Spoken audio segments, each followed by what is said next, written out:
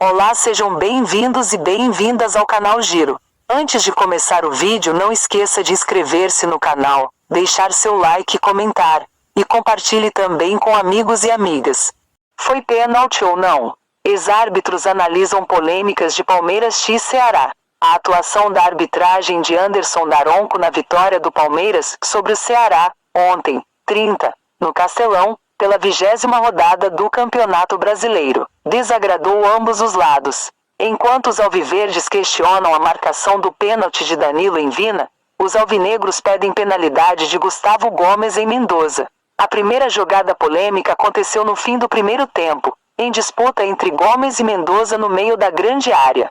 Os torcedores viram penalidade, mas Daronco e o VAR concordaram que o lance foi legal. Já o pênalti marcado para o Ceará foi marcado aos 34 minutos da segunda etapa. Daronco viu falta de Danilo em Vina na lateral da área e apontou para o centro. O VAR concordou com a decisão de campo, e não chamou o gaúcho para rever o lance na beira do campo. A atuação da arbitragem desagradou, e muito, a direção do Palmeiras. Em coletiva após o jogo, o diretor de futebol Anderson Barros fez duras críticas a Daronco e cobrou um forte posicionamento da CBF sobre a arbitragem brasileira. Na última semana, a presidente Leila Pereira esteve na sede da CBF justamente para falar sobre a arbitragem. Nós tivemos, hoje, uma arbitragem extremamente complicada, delicada, do Anderson Daronco. São situações que estão extremamente corriqueiras em nosso futebol. Temos um grande produto na mão, e de alguma forma, estamos conseguindo diminuir o seu valor,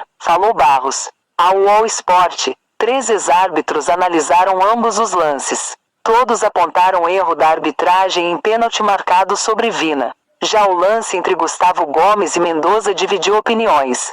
Danilo x Vina. O Ceará marcou seu único gol no jogo, após marcação de pênalti de Danilo em Vina. Após corte no volante do Palmeiras, o atacante caiu na área, e Daronco marcou a penalidade, convertida por Mendoza.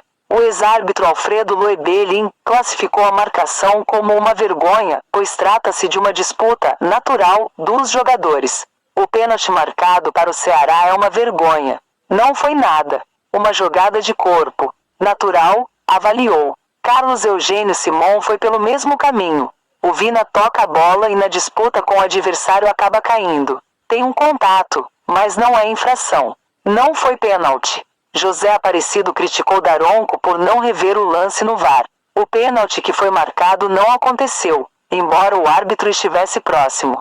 A convicção dele foi tanta que preferiu abrir mão da consulta ao VAR, para um melhor juízo com relação ao lance em si. O árbitro, porém, só pode ir ao monitor caso a cabine discorde da decisão de campo. Gomes x Mendoza. A disputa na área entre Gustavo Gomes e Mendoza, por outro lado, gerou divergências entre os árbitros. Enquanto Loebelin e Simon afirmaram que apontariam para o centro da área, José Aparecido não viu irregularidade no lance. O suposto pênalti não marcado realmente não aconteceu, opinou José Aparecido.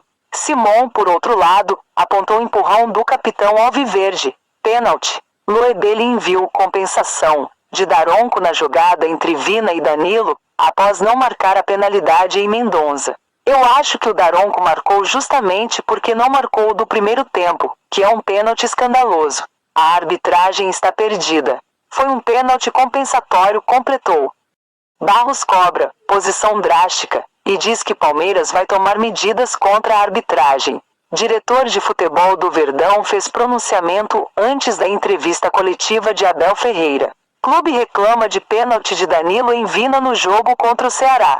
A arbitragem de Anderson Daronco não agradou ao Palmeiras mesmo com a vitória por 2-1 contra o Ceará, neste sábado, no Castelão, na abertura da 20ª rodada do Campeonato Brasileiro. Após a partida, o diretor Anderson Barros fez um pronunciamento aos jornalistas antes da entrevista coletiva de Abel Ferreira. Estamos à frente há algum tempo do futebol do Palmeiras e acredito que essa seja a primeira vez que eu venho representando toda a diretoria em razão de algo que está ficando insustentável para o nosso futebol. Tivemos uma arbitragem extremamente complicada, delicada, do Anderson Daronco. São situações que estão extremamente corriqueiras em nosso futebol. Tivemos um jogo contra o São Paulo, que a CBF, em nome de Wilson Luiz Seneme, foi incapaz de nos dizer se houve impedimento ou não. Nenhum dos senhores que estão nesta sala tem essa resposta.